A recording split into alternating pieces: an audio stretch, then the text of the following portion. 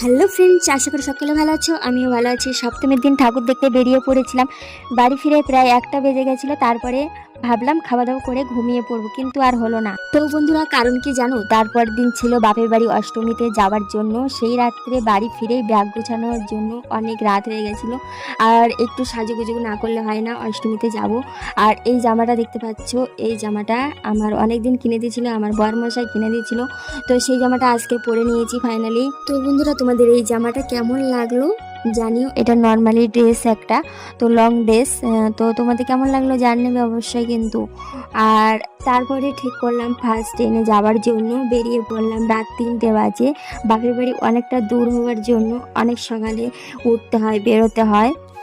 Hello friends, দেখো রাত 3টে বাজে, এখন আমরা বেরিয়ে পড়েছি, বাপের বাড়ি যাচ্ছি। তো চলো সেখানে তোমাদের ভিডিও দেখাবো, ঠিক আছে? এই দেখো তোমাদের দাদা ভাই, দেখো এই যে রেডি হয়ে গেছে, দেখতে পাচ্ছ কিরকম অবস্থা? হ্যাঁ,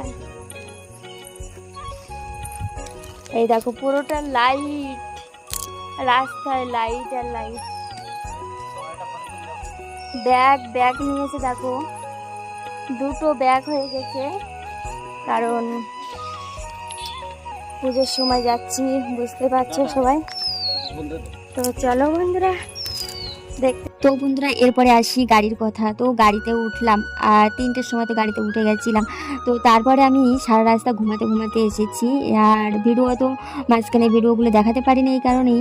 তো সারা রাস্তা যদি ঘুমাতে ঘুমাতে আসি আর রাত জেগে থাকি, তাহলে তো কার এনার্জি লাগবে বলো? সেই জন্যই যে ভিডিও বানাতে পারিনি। আর এখন তোমরা বুঝেই গেছো যে আমার বাপের বাড়ি কোথায়। তো দেখতেই পাচ্ছ যে আমি গ্রামের মেয়ে।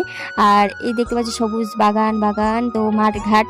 তো এখন আমি চলেছি টোটোয় করে, বাড়িতে ফিরছি। আর এখন তোমাদের গ্রামের দৃশ্যটাও দেখিয়ে দিচ্ছি একটু। তো দেখো সারা রাস্তা ঘুমিয়ে চোখগুলো। তো বন্ধুরা, এরকম অনেক দৃশ্য দেখার জন্য আমার চ্যানেলটিকে সাবস্ক্রাইব করো। চলো টাটা, বাই বাই।